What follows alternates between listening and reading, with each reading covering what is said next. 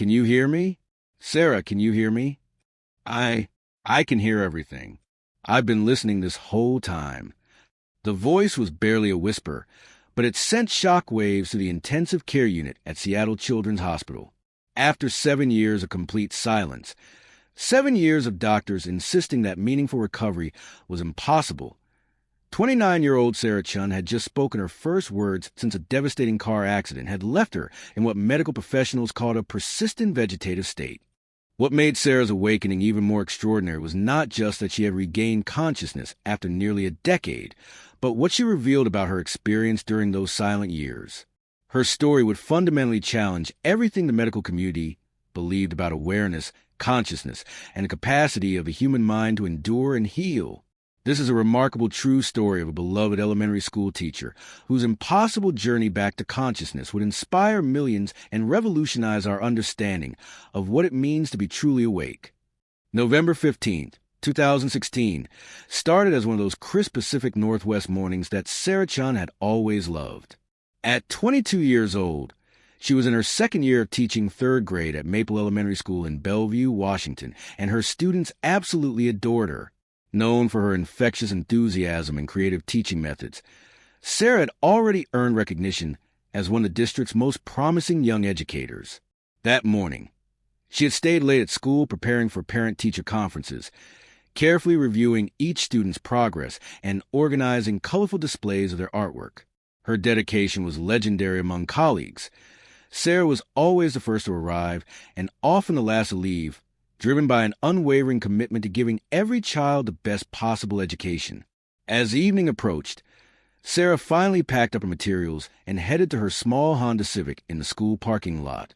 The rain had started falling steadily, creating that familiar Seattle rhythm against her windshield as she began the short drive home to her apartment. She was excited about the upcoming Thanksgiving break and had planned to visit her parents in Portland, bringing samples of her students' creative writing projects to share with them. Sarah never made it home that night.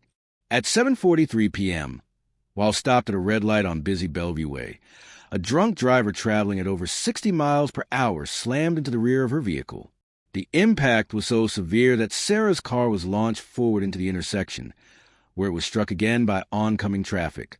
The Honda Civic was virtually unrecognizable by the time emergency responders arrived on the scene. First responders found Sarah unconscious and barely breathing, trapped in the twisted wreckage. Her injuries were catastrophic. Severe traumatic brain injury, multiple fractures, internal bleeding, and significant spinal damage. By the time the paramedics managed to extract her from the vehicle and rush her to Harborview Medical Center, Sarah had been without adequate oxygen to her brain for nearly 12 critical minutes. The prognosis was grim from the moment she arrived at the hospital. News of Sarah's accident spread quickly through the Maple Elementary community. Parents who had just met with her hours earlier were devastated to learn that their children's beloved teacher was fighting for her life. Within hours, the hospital waiting room was filled with colleagues, students' families, and community members who had been touched by Sarah's kindness and dedication. Sarah's parents, David and Linda Chen, made the agonizing drive from Portland to night, arriving to find their daughter connected to a maze of machines in the intensive care unit. The sight of their vibrant, energetic daughter lying motionless and unresponsive was almost unbearable. Dr. Michael Rodriguez, the lead neurologist overseeing Sarah's care, delivered the devastating news that every parent dreads hearing. The traumatic brain injury was extensive, affecting multiple regions responsible for consciousness, motor function, and cognitive processing. While Sarah had survived initial trauma, the prolonged oxygen deprivation had caused what appeared to be irreversible damage. We need to prepare for the possibility that Sarah may never regain consciousness, Dr. Rodriguez explained gently to her heartbroken parents. The brain scans show significant injury to areas critical for awareness and voluntary movement. Even if she survives, meaningful recovery is unlikely. But Sarah's community refused to accept this prognosis without a fight. What happened next was nothing short of extraordinary. The Maple Elementary family, led by Sarah's fellow teachers and the parents of her students, organized what would become one of the most sustained vigils in the hospital's history. They established a rotating schedule to ensure that Sarah was never alone, with someone always present to read to her, play her favorite music, or simply hold her hand. Her students, despite their young age, understood that their teacher was very sick. They created hundreds of get well cards, each one filled with crooked letters and colorful drawings expressing their love and hope for her recovery. "Dear Miss Chen," wrote 8-year-old Tyler Martinez, "I hope you wake up soon because we miss your smile and the way you make math fun." The hospital staff was moved by the outpouring of support. Nurses reported that Sarah's room was always filled with fresh flowers, handmade crafts from her students, and the gentle sounds of classical music, her favorite genre. Her colleagues took turns reading aloud from the children's books she had loved to share with her class, hoping that somehow, somewhere in her silent world, Sarah could hear their voices. Sarah's condition stabilized over the following weeks, but she remained completely unresponsive. Her eyes would occasionally open, but there was no recognition, no tracking of movement, no sign of awareness. The medical team performed extensive neurological tests, and each one confirmed the same heartbreaking reality. Sarah showed no meaningful brain activity that would indicate consciousness. After 3 months in the ICU, Sarah was transferred to a long-term care facility specializing in patients with severe brain injuries. Her parents made the difficult decision to move closer to Seattle, with Linda taking early retirement from her nursing career to be near her daughter every day. Years passed with agonizing slowness. Sarah's physical condition remained stable. She breathed on her own. Her body maintained basic functions, but there was no sign of the vibrant woman who had once filled classrooms with laughter and learning. She existed in what doctors clinically termed a persistent vegetative state, aware of nothing, responsive to no one. Linda Chen became a fixture at the care facility, arriving each morning with fresh flowers and spending hours talking to her unresponsive daughter. She would read news articles, share gossip from their old neighborhood, and describe the changing seasons outside Sarah's window. The staff admired Linda's unwavering devotion, though privately, many wondered if she was simply prolonging her own suffering by maintaining hope for recovery that would never come. Sarah's former students graduated from elementary school, then middle school, then high school.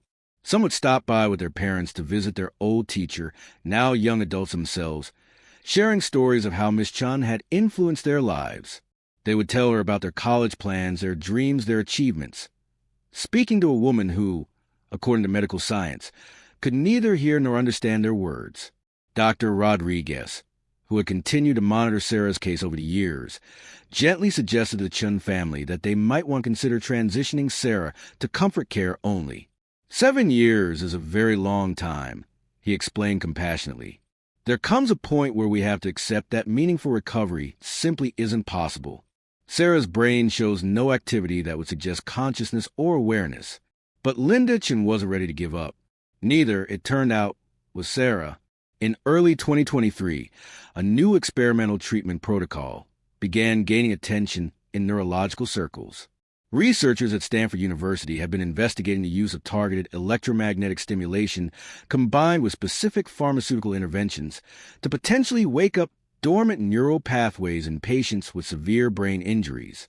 The treatment was highly experimental, with limited success rates and significant risks.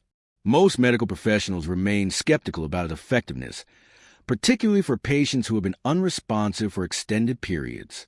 However, Dr. Patricia Walsh, a pioneering neurologist who had recently joined Sarah's care team, believed that certain aspects of Sarah's brain scan suggested she might be a candidate for the experimental protocol.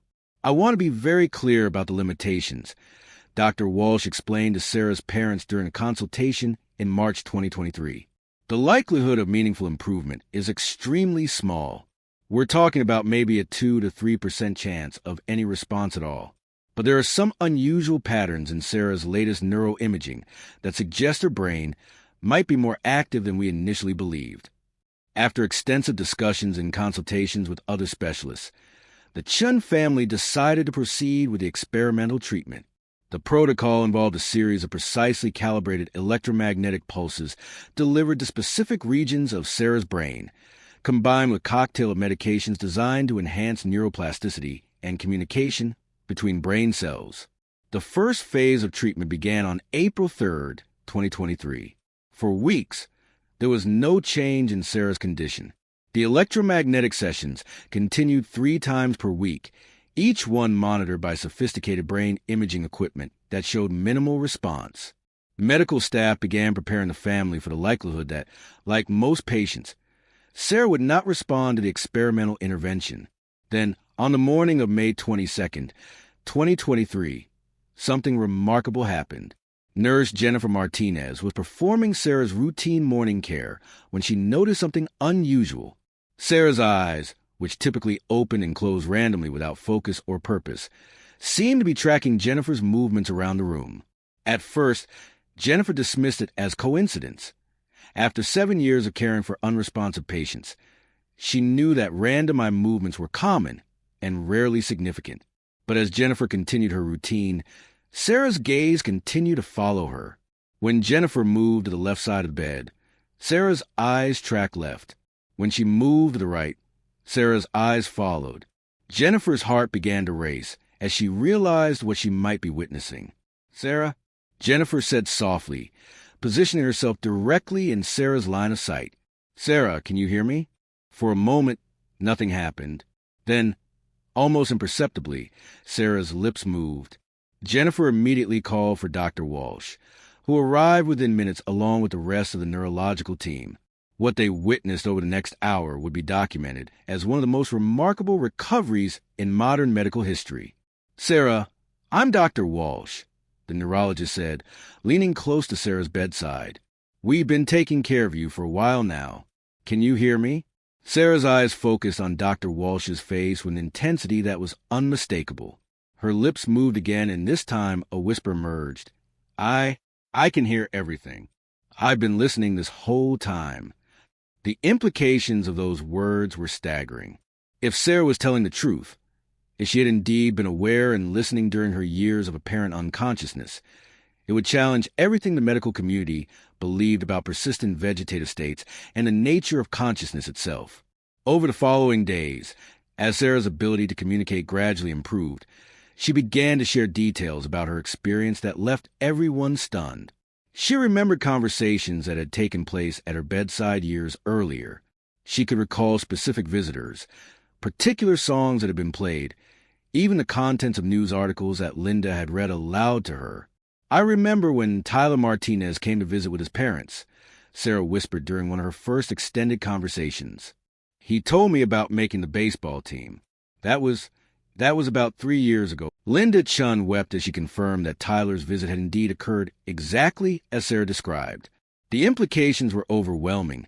Her daughter had been trapped in her own body for 7 years, fully conscious but unable to communicate, listening to every word and absorbing every experience around her.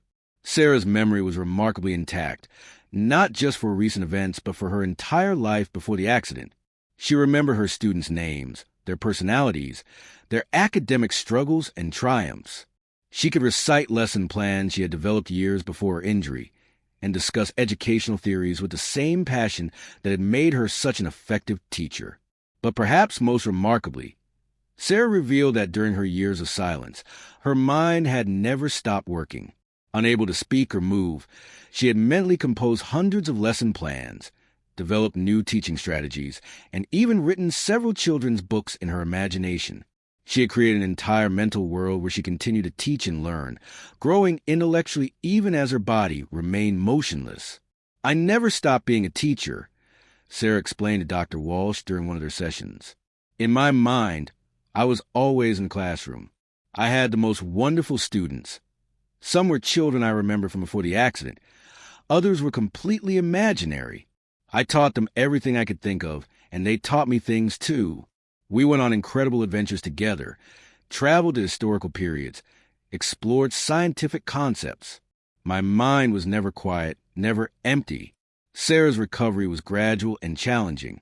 After 7 years of immobility, her muscles had atrophied significantly, and she required extensive physical therapy to regain even basic motor functions. Her speech, while coherent, was initially weak and halting. Simple tasks like holding a cup or writing her name required tremendous effort and concentration. But Sarah approached her rehabilitation with the same determination that had made her such an exceptional teacher. She worked tirelessly with physical therapists, occupational therapists, and speech pathologists, treating each small improvement as a victory worth celebrating. Her positive attitude and remarkable mental acuity inspired everyone involved in her care. The news of Sarah's recovery spread quickly through the medical community and beyond. Neurologists from around the world requested access to her case files, eager to understand how someone could maintain such complete awareness during an apparent vegetative state. Her story challenged fundamental assumptions about consciousness and raised profound questions about how many other patients might be similarly aware but unable to communicate. Sarah's former students, now teenagers and young adults, flocked to visit their beloved teacher. Many broke down in tears when they realized that she had heard every word they had spoken to her during their visits over the years. She remembered each of them, their personalities, their dreams, and their growth from children into young adults. "Miss Chen always believed in us," said Jessica Park, now a college freshman studying elementary education. "Even when she couldn't respond, I felt like she was still encouraging me to do my best. Now I know she really was listening, and that gives me chills. She never stopped being our teacher, even in silence." Sarah's case became the subject of intense scientific study. Dr. Walsh collaborated with researchers from major universities to analyze every aspect of Sarah's condition and recovery. Her brain scans from the years of apparent unconsciousness were re-examined using advanced analytical techniques, revealing subtle patterns of activity that had been previously overlooked or dismissed. The findings suggested that traditional methods of assessing consciousness in severely brain-injured patients might be inadequate. Sarah's case indicated that some patients diagnosed as being in persistent vegetative states might actually retain significant awareness and cognitive function, trapped within unresponsive bodies, but mentally active and engaged with their environment. Sarah's recovery has forced us to completely reconsider our understanding of consciousness and brain injury, Dr. Walsh explained to a gathering of neurologists at a major medical conference. "We now realize that our diagnostic tools may not be sensitive enough to detect the kind of awareness that Sarah maintained for 7 years. This has profound implications for how we treat and interact with patients who appear unresponsive." The experimental treatment protocol that had apparently triggered Sarah's recovery was refined and began being offered to other patients with similar conditions. While success rates remained low, several other patients showed varying degrees of improvement, validating the potential of. As Sarah's physical condition continued to improve, she expressed a burning desire to return to teaching. The school district, amazed by her recovery and inspired by her story, worked with her to develop a modified role that would accommodate her ongoing rehabilitation needs. 18 months after her awakening, Sarah Chen stood before a classroom for the first time in over 8 years. Her movements were still somewhat limited, and she tired more easily than before, but her passion for education burned as brightly as ever. The students in her new class were initially uncertain about their teacher, who spoke slowly and sometimes needed assistance with physical tasks. But they quickly discovered that her mind was as sharp and creative as any educator they had ever encountered. Sarah incorporated her unique experience into her teaching, helping students understand concepts of perseverance, the power of imagination, and the importance of never giving up hope. She developed innovative lesson plans that drew from the mental adventures she had experienced during her years of silence, creating educational experiences that were both engaging and profound. "During my silent years, I learned that the mind is capable of incredible things when we nurture it properly," Sarah told her students during one memorable lesson about the human brain. "I want each of you to understand that your thoughts and imagination are the most powerful tools you possess. Even when everything else seems impossible, your mind can take you anywhere you want to go." Sarah's story reached far beyond the medical and educational communities. Her experience resonated with families worldwide who had loved ones in similar conditions, offering both hope and a new perspective on what it means to be present with someone who cannot respond. Support groups for families of brain injury patients began incorporating Sarah's approach, treating unresponsive patients as if they were fully aware and capable of understanding, engaging them in meaningful conversation, and maintaining hope for recovery even in the face of dire medical prognosis. Linda Chen became an advocate for families facing similar situations, sharing her story of 7 years of unwavering devotion and encouraging others never to give up on their loved ones. "I always believed Sarah was still in there somewhere," Linda would tell other families. "I just kept talking to her, kept believing, kept hoping, and she was listening to every word. The drunk driver who had caused Sarah's accident, a man named Robert Davidson, reached out to the Chen family after learning of Sarah's recovery. His own journey through guilt, addiction recovery, and community service had led him to become an advocate for drunk driving prevention.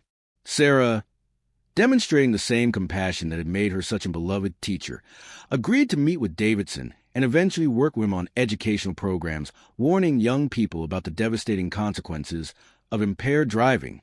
Today, Sarah Chen continues to teach, though her approach to education has been forever changed by her extraordinary experience. She has written a book about her journey titled The Silent Classroom, 7 Years of Learning in Silence, which has become an international bestseller and inspired countless readers facing their own seemingly impossible challenges. Her story has led to significant changes in how medical professionals assess and interact with patients in persistent vegetative states.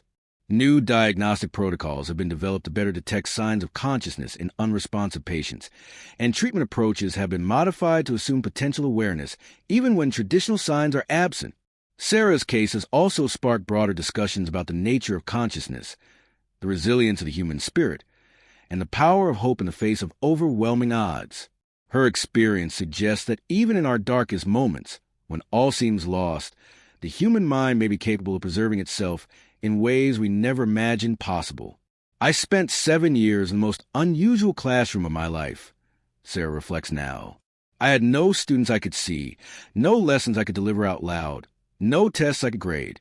But I never stopped learning, never stopped growing, never stopped believing that someday I would be able to share everything I had discovered during that long, silent journey.